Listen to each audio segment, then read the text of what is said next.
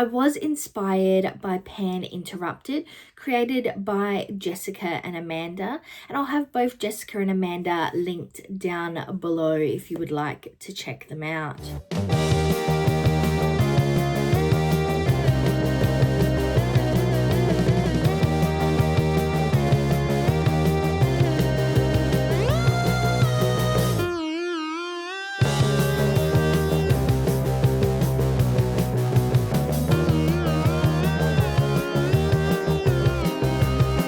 Welcome back to my channel, and today I'm bringing you the 10th update for my Pan More With Feeling Project Pan. This project is based on Buffy the Vampire Slayer, where I pan an item for every episode in the series. So I am officially in season 2. Unfortunately, I do still have some items hanging around from season 1.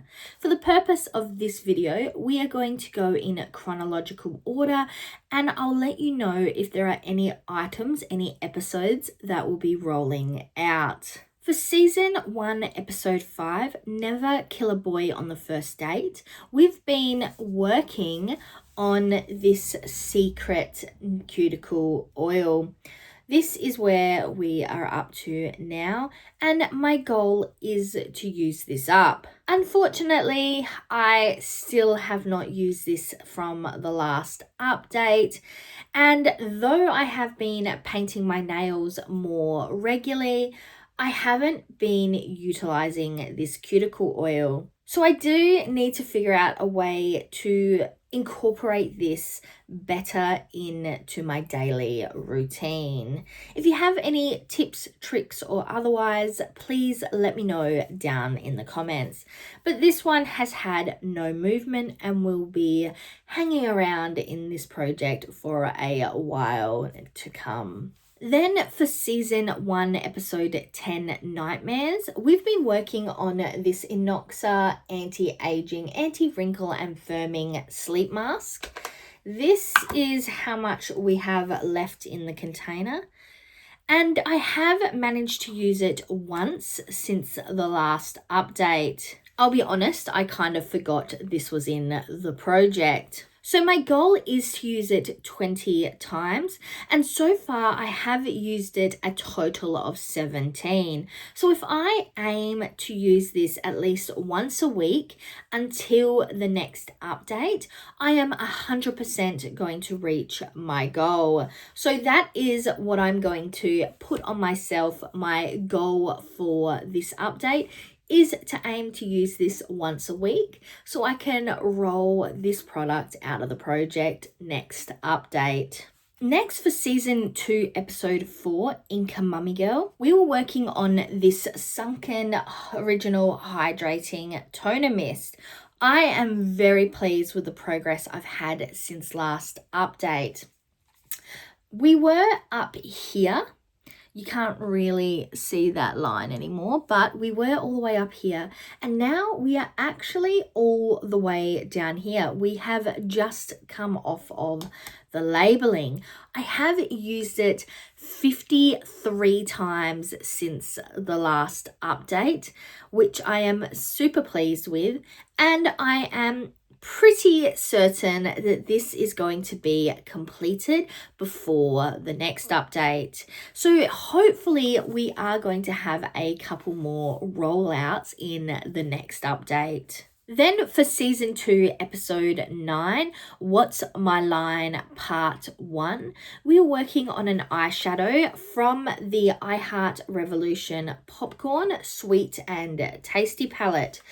Specifically, we've been working on this shadow right here, which is called Sequel.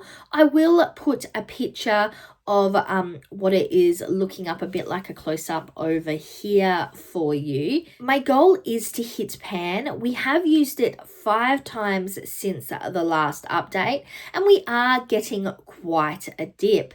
So I'm also mildly certain that this one will also be rolling out next update.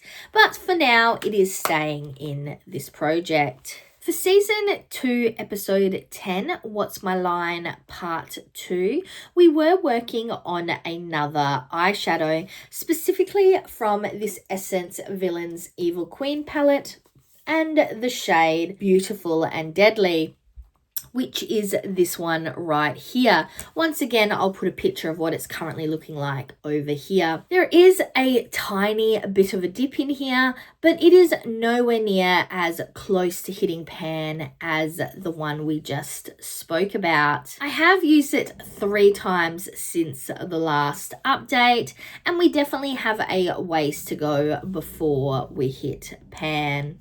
Then for season 2, episode 11, Ted, we're working on a shadow from this XX Revolution Matrix Trinity Luxe palette, specifically the shade Machine, which is this green one down here. And as you should be able to see there, I have hit pan. I will put a close up again over here so you can see that shiny pan much better. I have used it 8 times since the last update, and I actually used it a total of 15 times before I hit pan. But I am very pleased that we're going to have a product rolling out, which obviously means we are now going to have a new episode and a new product rolling in. So the next episode is season 2, episode 12, Bad Egg. And this was one of those episodes I seen when I was younger, and the whole concept really stuck into my head, especially because we had also done the baby egg looking after it thing as part of sex education in school. So in this episode, the Scooby Gang, are they yet called the Scooby Gang? I don't really think so, but the pre-Scooby Gang. So Buffy, Willow, Xander, and Cordelia are participating in a health education class that includes them learning about the responsibilities of having a child. As part of that process, they are given a egg which looks very much like a chicken egg to look after as their baby and to get that experience and knowledge of having a child. Like I said, we also did the egg thing, and I understand the concept because they are very fragile and they can easily break. But from the perspective of having to look after it and teach it and develop it as you would a child, I don't really think you get very much experience in that situation. I know that I had mine in its little house, and like for the weekend I just stuck it on a shelf. So I'm unsure what really the benefits are from an educational standpoint in relation to pregnancy. And that was definitely a little side tangent there. But please, if you are a teacher and really have some more knowledge on why you do the egg thing, let me know down in the comments. But like I said, they were doing the egg thing, and all of a sudden the eggs are maybe not what they thought. In fact, they hatch as these weird little half spider, half face hugger, kind of looking like camel spiders. Actually, I'll put a photo of a camel spider up here so you kind of know, and a photo of this weird little creature thing, so you've got an idea of what I'm referring to here. But these things take the egg owner as a host and then are using them to, I guess, help their mother, their queen. So this is very much similar to a very large queen with little small workers. So it has the same kind of feel as ants or bees, but however they do refer to them, I think, more as parasites within the episode. Unfortunately, Willow, Cordelia, Joyce, and Mr. Giles all taken over by these creatures. And in the end, Buffy is able to dispatch it.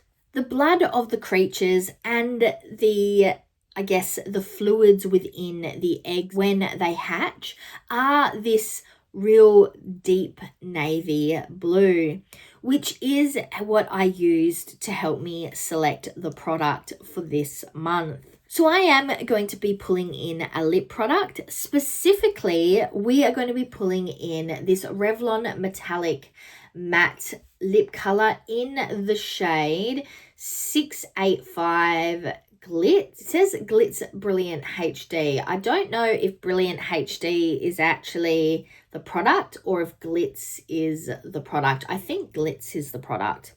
But it is this kind of shiny, glittery, oil slick blue, as you can see right there.